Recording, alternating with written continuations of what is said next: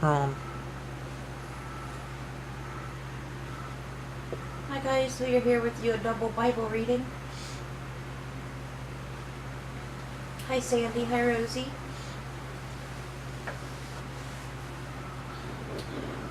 Double. We are starting with 2 Corinthians chapter 12, reading verses 1 through verse 10.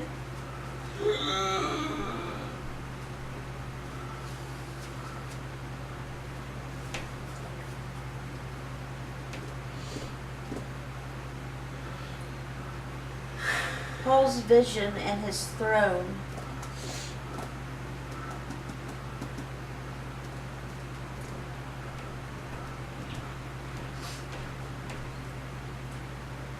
I must go on boasting, although there is nothing to be gained. I will go on to visions and revelations from the Lord. I know a man in Christ who 14 years ago was caught up to the third heaven. Whether it was in the body or out of the body, I do not know. God knows. And I know that this man, whether in body or apart from the body, I do not know, but God knows, was caught up to paradise and heard inexpressible things that no one is permitted to tell. I will boast about a man like that, but I will not boast about myself, except about my weaknesses. Even if I should choose to boast, I would not be a fool, because I would be speaking the truth. But I refrain so no one will think more of me than is warranted by what I do or say, or because of these surpassingly great revelations. Therefore, in order to keep me from becoming conceited, I was given a thorn in my flesh, a messenger of Satan to torment me. 3 times I pleaded with the Lord to take it away from me, but he said to me, "My grace is sufficient for you, for my power is made perfect in weakness. Therefore I will boast all the more gladly about my weaknesses, so that Christ's power may rest on me. That is why, for Christ's sake, I delight in the weaknesses, in insults, in hardships, in persecutions, in difficulties, for when I am weak, then I am strong." And now we are going on to today's, which is continuing on with chapter 12. I have made a fool of myself, but you drove me to it. I ought to have been commended by you, for I am not in the least inferior to the super apostles, even though I am nothing. I persevered in demonstrating among you the marks of true apostles, including signs, wonders, and miracles. How were you inferior to the other churches, except that I was never a burden to you? Forgive me this wrong. Now I am ready to visit you on the 3rd time, and I will not be a burden to you, because what I want is not your possessions, but you. After all, children should not have to save up for their parents, but parents for their children. So I will very gladly spend for you everything I have, and expend myself as well. If I love you more, will you love me less? Be that as it may, I have not been a burden to you. Yet, crafty fellow that I am, I caught you by trickery. Did I exploit you through any of the men I sent to you? I urged Titus to go to you, and I sent our brother with him. Titus did not exploit you, did he? Did he not walk in the same footsteps by the same Spirit? Have you been thinking all along that we have been defending ourselves to you? We have been speaking in the sight of God as those in Christ, and everything we do, dear friends, is for your strengthening. For I am afraid that when I come, I may not find you as I want you to be, and you may not find me as you want me to be. I fear that there may be discord, jealousy, fits of rage, selfish ambition, slander, gossip, arrogance, and disorder. I am afraid that when I come again, my God will humble me before you, and I will be grieved over many who have sinned earlier and have not repented for the impurity, sexual sin, and debauchery in which they have indulged. And that is where we're stopping with 2 Corinthians. And our psalm for yesterday is Psalm 55. For the director of music with stringed instruments, a Maskell of David.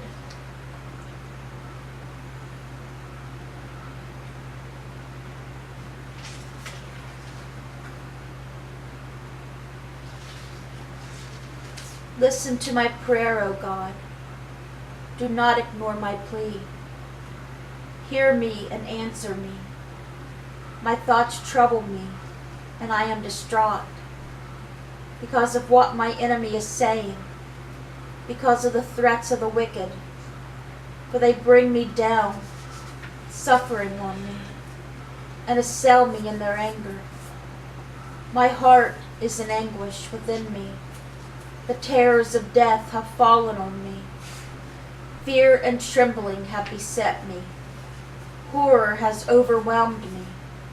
I said, oh, that I had wings of a dove. I would fly away and be at rest. I would flee far away and stay in the desert. I would hurry to my place of shelter, far from the tempest and storm. Lord, confuse the wicked, confound their words, for I see violence and strife in the city. Day and night they prowl about on its walls. Malice and abuse are within it. Destructive forces are at work in the city. Threats and lies never leave its streets. If an enemy were insulting me, I could endure it. If a foe were rising against me, I could hide. But it is you, a man like myself, my companion, my close friend, with whom I once enjoyed sweet fellowship at the house of God, as we walked about among the worshippers. Let death take my enemies by surprise. Let them go down alive to the realm of the dead, for evil finds lodging among them. As for me, I call on God, and the Lord saves me. Evening, morning, and noon I cry out in distress, and he hears my voice. He rescues me unharmed. For the battle waged against me, even though many oppose me. God, who is enthroned from of old, who does not change, he will hear them and humble them, because they have no fear of God. My companion attacks his friends. He violates his covenant. His talk is smooth as butter, yet war is in his heart.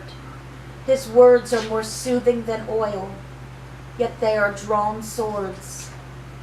Cast your cares on the Lord, and he will sustain you.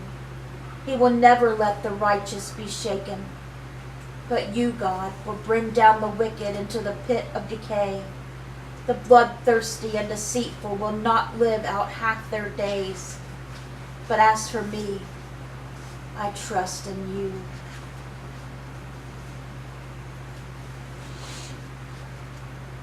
And that was Psalm 55, the Psalm of David. And today's Psalm, Psalm 56, for the director of music to the tune of A Dove on Distant Oaks, of David, a Michtam, when the Philistines had seized him in Gath.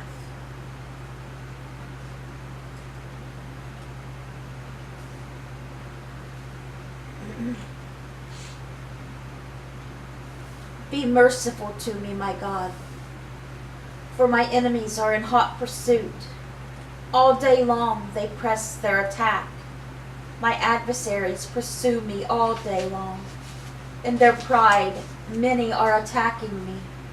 When I am afraid, I put my trust in you. In God, whose word I praise. In God I trust and am not afraid. What can mere mortals do to me? All day long they twist my words. All their schemes are for my ruin. They conspire, they lurk, they watch my steps, hoping to take my life. Because of their wickedness, do not let them escape. In your anger, God, bring the nations down. Record my misery. List my tears on your scroll. Are they not in your scroll?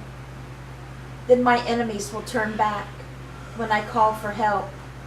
By this I will know that God is for me. In God, whose word I praise. In the Lord, whose word I praise. In God I trust and am not afraid. What can man do to me? I am under vows to God, my God. I will present my thank offerings to you, for you have delivered me from death, and my feet from stumbling, that I may walk before God in the light of life. And that was Psalm 56. Our Proverbs for yesterday is Proverbs chapter 23, verses 4 and 5, saying 8. Do not wear yourself out to get rich. Do not trust your own cleverness. Cast but a glance at riches, and they are gone, for they will surely sprout wings and fly off to the sky like an eagle.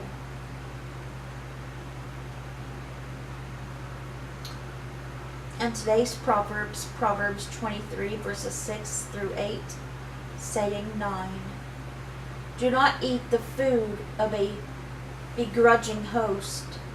Do not crave his delicacies, for he is the kind of person who is always thinking about the cost. Eat and drink, he says to you, but his heart is not with you. You will vomit up the little you have eaten, and will have wasted your compliments.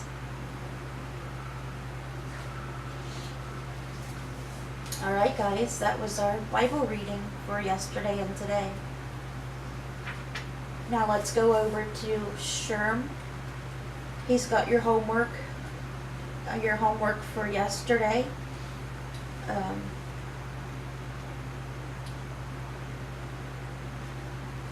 Your question was, what have I done unto thee? Thou hast smitten me these 3 times. and the answer you should have came up with is Balaam's donkey. that poor donkey.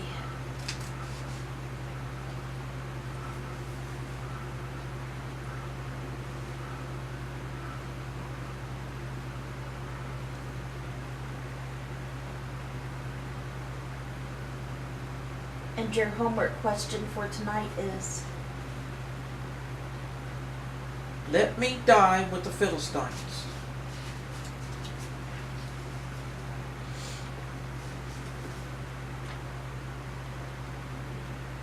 And you'll find that in Judges. all right. And that is everything.